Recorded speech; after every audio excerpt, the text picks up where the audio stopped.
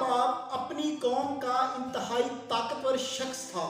اس کی قوم نے اسے شاشین کا لقب دیا تھا، جس کے معنی تھے دو سروں والا۔ اس کی شکل شیر جیسی تھی۔ اس کی بیوی بھی کسی سے کم نہیں تھی، وہ بھی اپنے شوہر کی طرح بہادر اور نڈر تھی، لیکن مکاری اس کے اندر کوٹ کوٹ کے بھری ہوئی تھی۔ اس کی شکل ایک مادہ بھیڑیے جیسی تھی۔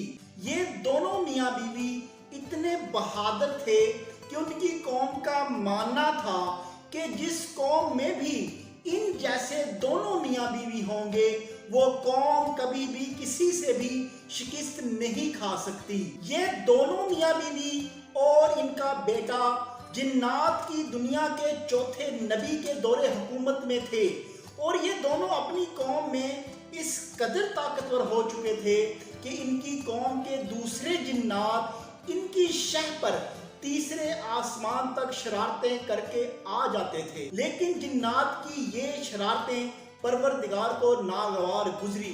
اس نے فرشتوں کو حکم دیا کہ وہ ان جنات پر حملہ کر دیں۔ جنات جن دونوں میاں بیوی کے بل بوتے پر تیسرے آسمان تک شرارتیں کر کے واپس آ جاتے تھے، یہ دونوں میاں بیوی دراصل عزازیل کے ماں اور باپ تھے۔ باپ کا نام چلیپا تھا اور اس کی والدہ کا نام نبلیس تھا۔ میں ہوں فیصل طفیل انفوٹینمنٹ کی آج کی ایپیسوڈ میں ہم سنسنی اور پرسراریت کے پردوں میں چھپی عزازیل سے شیطان بننے تک کے سفر کی دلچسپ کہانی، جو آپ کے کانوں نے کبھی بھی زندگی میں نہیں سنی ہوگی۔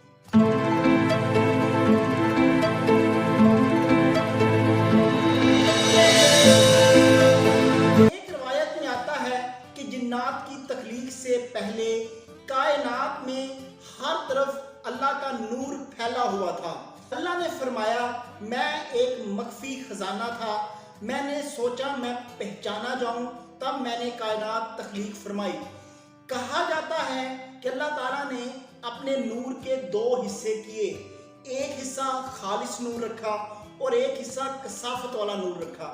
اللہ تعالیٰ نے اس کثافت کے نور والے حصے کے بھی دو حصے کیے، ایک خالص نور کا رکھا اور ایک پھر کثافت والا نور رکھا۔ اللہ تعالیٰ نے اس خالص نور سے قوم جنات کو پیدا کیا، اور جو کثافت والا نور تھا اس سے ارواح خبیثہ اور شیاطین کو پیدا کیا، اور وہ جو پہلا حصہ نور والا اللہ تعالیٰ نے اس سے حضور اکرم صلی اللہ علیہ وسلم کی روح مبارک کو بنایا۔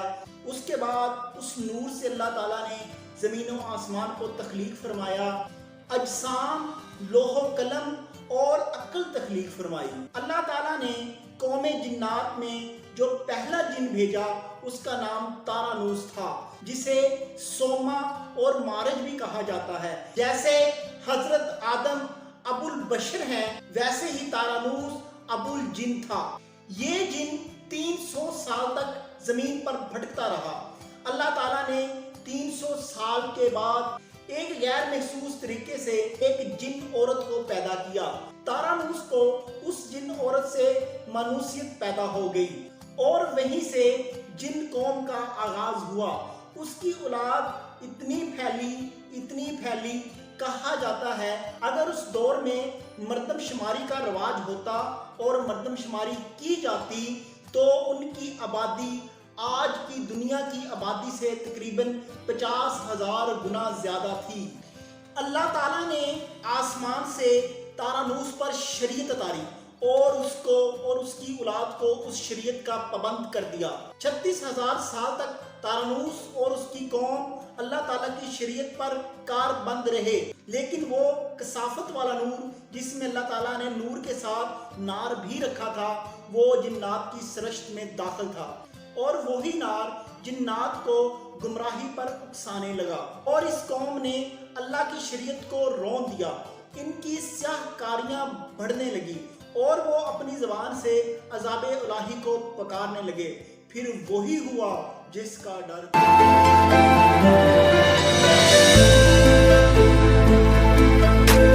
اللہ تعالیٰ کا اس قوم جن پر اپنا قہر برسا، اور اللہ تعالیٰ نے تمام سیاہ کاروں کو موت کی نیند سلا دیا۔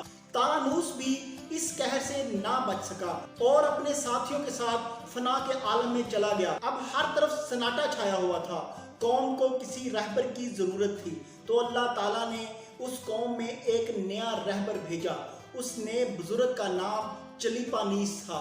وہ بزرگ بہت عبادت گزار تھا، لیکن شریعت ملنے کے بعد چلیپانیس نے اپنی عبادت میں غیر معمولی اضافہ کر دیا، ریاضت اور عبادت میں بہت مشغول ہو گیا۔ لیکن کب تک؟ چلیپانیس اور اس کی قوم گمراہی اور نافرمانی کے اندھیروں میں ڈوب گئے۔ چلیپانیس کی پیغمبری برائے نام ہی رہ گئی، نہ انہما کے عبادت رہا، نہ شوق ہدایت رہی۔ اللہ تعالیٰ نے چلیپانیس کو مخاطب کر کے کہا، ہم نے تمہیں شریعت دی جو تم بھول گئے، ہم تمہیں پھر اسی راستے پر گامزن کر کے تھے جو راستہ تم چھوڑ آئے تھے۔ لہٰذا اللہ تعالیٰ نے چلیپانیس کو ایک دفعہ پھر ہدایت کے راستے پر لگا دیا، اور پھر چلیپانیس اپنی قوم کی ہدایت کے لیے سرگرم ہو گئے۔ لیکن آگ چونکہ جنات کی سرشت میں شامل ہے اور ان کو گمراہی پر آمادہ کرتی ہے، لہٰذا چلیپانیس بھی اپنے دعووں اور اپنے وعدوں پر زیادہ دیر نہ ڈٹ سکے اور سیاہ کاروں کی دنیا میں چلے گئے۔ اور پھر خدا کا قہر نازل ہوا اور چلیپانیس اور اس کے ساتھیوں کو گمنامی کی دنیا میں لے گیا، اور یوں چلیپانیس کا یہ 36,000 سالہ نبوت کا دور ختم ہو گیا۔ ان کی آنے والی نسلیں یہ ڈھونڈتی رہ گئی کہ ان کے دادا نے ان کے لیے آخر چھوڑا ہی کیا ہے۔ یہ دنیا کسی رہبر سے پھر خالی تھی، تو اللہ تعالیٰ نے قوم جنات پر ایک اور نبی جس کا نام بلیکا تھا اس کو بھیجا۔ یہ بہت نیک شخص تھا۔ جب اسے نبوت ملی اس کی عمر تقریباً 2000 سال تھی۔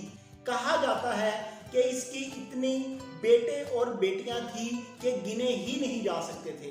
ایک دفعہ بلیکا اور اس کی بیوی نے اپنے بچوں کو اکٹھا کیا اور گننا شروع کیا، لیکن ان بچوں کو نہیں گن سکے جو اس وقت اس ہجوم میں نہیں تھے، یعنی کہ ماں باپ کو احساس ہی نہیں تھا کہ ان کے کچھ بچے اس ہجوم سے کہیں غائب ہیں اور گئے ہوئے ہیں۔ لیکن جب وہ بچے واپس آئے تب ماں باپ نے انہیں پہچانا۔ اب زمین کے ذرے ذرے پر بلیکا کی حکومت تھی۔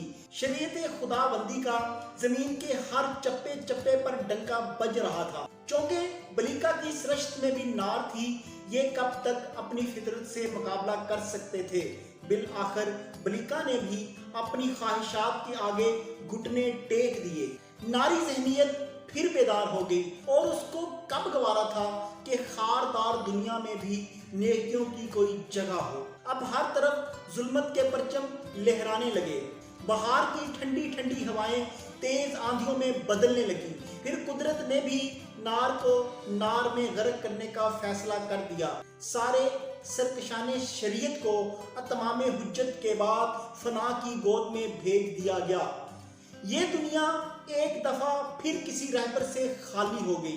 پھر اللہ تعالیٰ نے ایک اور رہبر بھیجا جس کا نام ہاموس تھا۔ یہ وہی نبی تھا جس کے دور میں عزازیل کے والد چلیپا اور اس کی والدہ نبلیس نے جنم لیا۔ پھر ان کے ہاں بھی ایک بیٹا پیدا ہوا جس کا نام عزازیل تھا، لیکن اس نبی کی شریعت پر بھی قوم نے عمل نہیں کیا، اور یہ قوم نافرمانی اور گمراہی کے اندھیروں میں جانے لگی۔